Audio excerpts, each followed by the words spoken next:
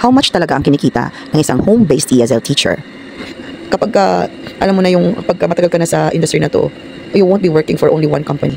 You will be working for 2 or even 3 or even more pa. May marami dyan na nagpo-4 companies pa.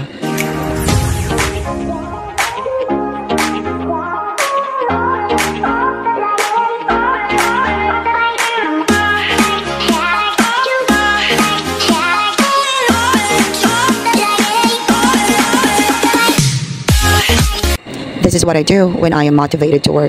But when something comes up, like family gatherings, school activities, or anything important to attend to, click on cancel tab agad-agad. Ganon kadali. At ganon din kadali mawala ang income for the day. And the penalty pa when they're booked already. Kaya tamang income pag walang distractions. But thankful pa rin kasi I still have the full control of my schedule. Kapag importante naman, so it's fine. Cancel na lang. So ito na nga. How much talaga ang kinikita ng isang home-based ESL teacher? Of course, mababa talaga kapag nag-uumpisa ka pa lang sa industry na to. Don't expect too much. Like any other traditional job, mag-uumpisa ka naman talaga sa mababa. So, ano ba talaga ang sinasabing minimum? Ika nga sa isang home-based ESL teacher. Well, for me kasi, I started, actually, di ba nga sa mga previous vlogs ko, I started talaga in an office-based setting, hindi sa home-based. Kasi during my time, wala namang home-based, di ba? Lahat talaga office-based. So, nung nag-home-based ako, first company I worked for was 51 Talk. So, of course, pag ESL teacher ka, hindi pwedeng hindi mo kilala si 51 Talk. Very popular yan until now. It's a Chinese company. Okay? So, marami talagang students dyan. And as I could remember, I started 120 per hour. Actually, 25 minutes kasi ang, ano nila, yung parang tawag dito 25 minutes ang per class, so per hour lang, actually parang siya, ihahatiin mo yung hindi naman talaga siya 1 hour kasi 25 minutes lang naman, so of course do the math, 25 times 2, that's just 50 minutes, diba? So you actually have a 10-minute break. Okay, so kung talagang specified natin, parang nahulog siya na 60 pesos per 25 minutes, ganon. Actually 60 was already a bit higher na, ha, kasi nung nag-apply ako, of course meron na akong office-based na na tawag ito, na experience. Iba kasi yung talagang rate ng walang experience. Pagkakaalam ko at that time, it was just 50.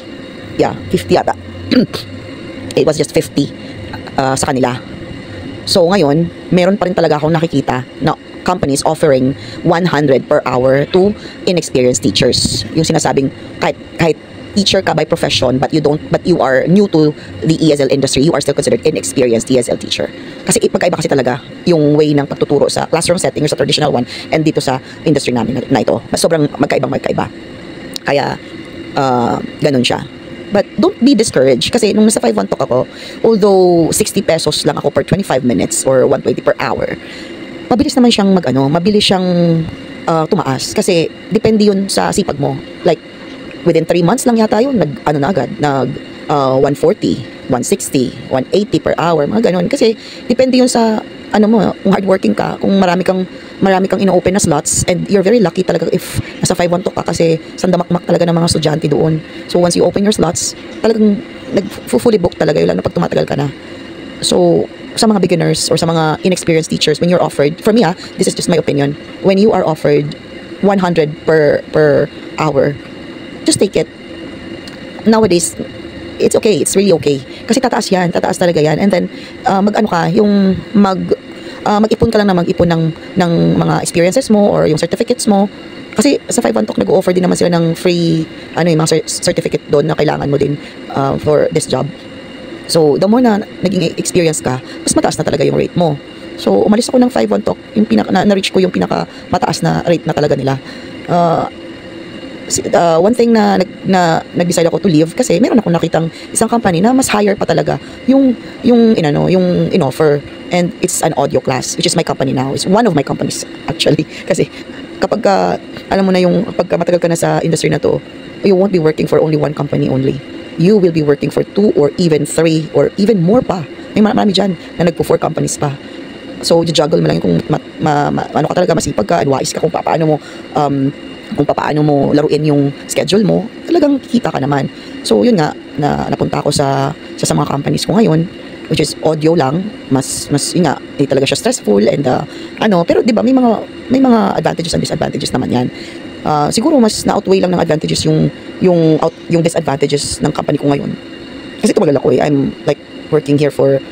been working here for like sorry. 8 years na siguro. Parang gano'n. Kasi 2017 eh. And I'm still alive and kicking. Okay, so yun nga. Huwag kayo ma-discourage. Well, meron din namang mga companies na very generous to inexperienced teachers, yung mga baguhan. They may offer 140 to 160 per hour. And kadalasan kasi yan eh, exclusive of incentives. Merong mga incentives yan. For example, meron kang mag-work ka ng weekends. Iba ang iba yung at gabi. May mga additional benefits kang natatanggap. Maliliit man yan, pero pag naipon yan, lumalaki yan. Lumalaki talaga siya. Kahit na 10 pesos lang yung dagdag sa sa per, kunyari, sa rate mo, kunyari 50 ka, tapos naging 60 pesos ka. Pag dumami yan, say for example, di ba, kung sa isang araw, meron kang 10 students. Say for example, ang 10 students, ano lang ba yan? Kung 25 minutes, ano lang yan? 5 hours? Di ba? Ang 10 students? Tama ba? Sa isang oras kasi is 2, pagpalagay mo 2 students or 2 classes na sinasabi. So, count mo yun, 10 pesos times 10. Diba? May 100 ka sa isang araw na additional. O, kung nagtatrabaho ka, say for example, 5 days a week, o di may 500 kang dagdag. O, times mo na yun sa ilang number of days ka mag-work sa isang buwan. Yung ibang mga teachers nga, everyday yan nag-work. Why? Because they have the full control of their schedule naman. Kung ayaw nilang mag-work, edi mag-close sila ng slots. As long as hindi pa nabubook yan, wala namang penalty yan. Depende sa system ng company, di ba? So, yun nga. Again, what I'm trying to emphasize here is, I know, sa iba, parang very demotivating yung 100 per hour. But for me, since nag-start naman ako ng 120 talaga per hour sa home-based, hindi ko siya nakitaan ng discouraging or something. Parang nagiging, ako that time, nagiging porsigido akong tumaas agad siya. Ganun. So, of course, tanggapin na natin. Iba talaga ang rate ng mga native English speakers. Kasi, syempre yung cost of living din naman nila sa kanilang bansa is higher naman sa cost of living natin dito. And, yun nga, syempre, parang sila yung tinatrust masyado ng mga, ESL learners to think na they are more knowledgeable kaysa sa atin. But, don't take it too seriously kasi we're here not just naman to earn but to help also our students. Wow. Okay. Yes, it's very rewarding din naman lalo na kapag makikita mong may progress dun sa student, 'di ba?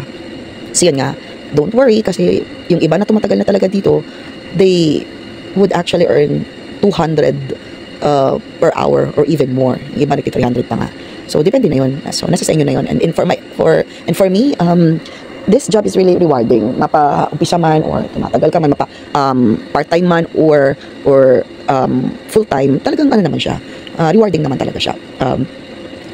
Dun sa, not to mention na parang ikaw yung boss talaga. Basta marunong ka lang lumaro ng schedule mo. Huwag mo rin pabayaan yung mga book slots mo. Marami akong mga kakilala, ka-office, ka-workmates na talagang kumikita sila ng above 60K, 50K or gano'n. Pero not me. Yes, not me. Kasi hindi ko talaga yan. I mean, I have other priorities. As I have mentioned, it's not all about income. Diba? Kasi I'm also a mom, I'm a wife. So, marami din tayong mga priorities. And also, I want a work-life balance talaga. Kaya nga ako hindi nag-office eh. And for me, yes, ito talaga yung nakitaan ko for so many years na naging sagot doon sa needs ko as a mother and also as an income earner, diba? But of course, I'm working on my other goal, which is to become a professor someday or to teach in the university. Kaya nagmamasteral ako. Pero I don't see myself working there full-time. Siguro, gusto ko lang talaga siyang ma-experience, my experience teaching in the university.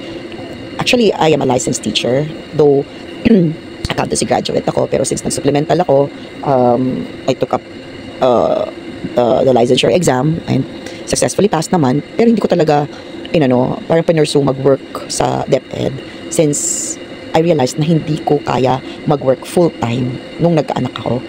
Kasi as a mom, I still believe na mas priority ko ang enough time ko para sa anak. So right timing lang yan lahat. Since now my daughter is already 11 years old, she's in grade 5 na, hopefully grade 6 this coming school year. So, hindi na siya ganun kaalagain. By next year, kagraduate na siya, and hopefully kagraduate din ako sa masteral ko. So, I really hope na makakapag part-time ako sa university na papasukan ko in the future. As of now, I'm still enjoying my job, my studies, kasi kahit paano nakakalabas ako kapag may klase or may kailangan sa masteral class ko. Since kasi to be honest, mga taong bahay talaga kami. When there's no if it's not really important to go out, then we just stay home. Ang dami kasi din pwedeng magawa, and we always have fun even nag-i-stay lang kami sa bahay. So yan na nga.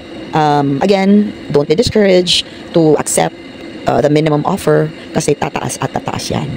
Okay? So until next time, goodbye. Thank you for watching.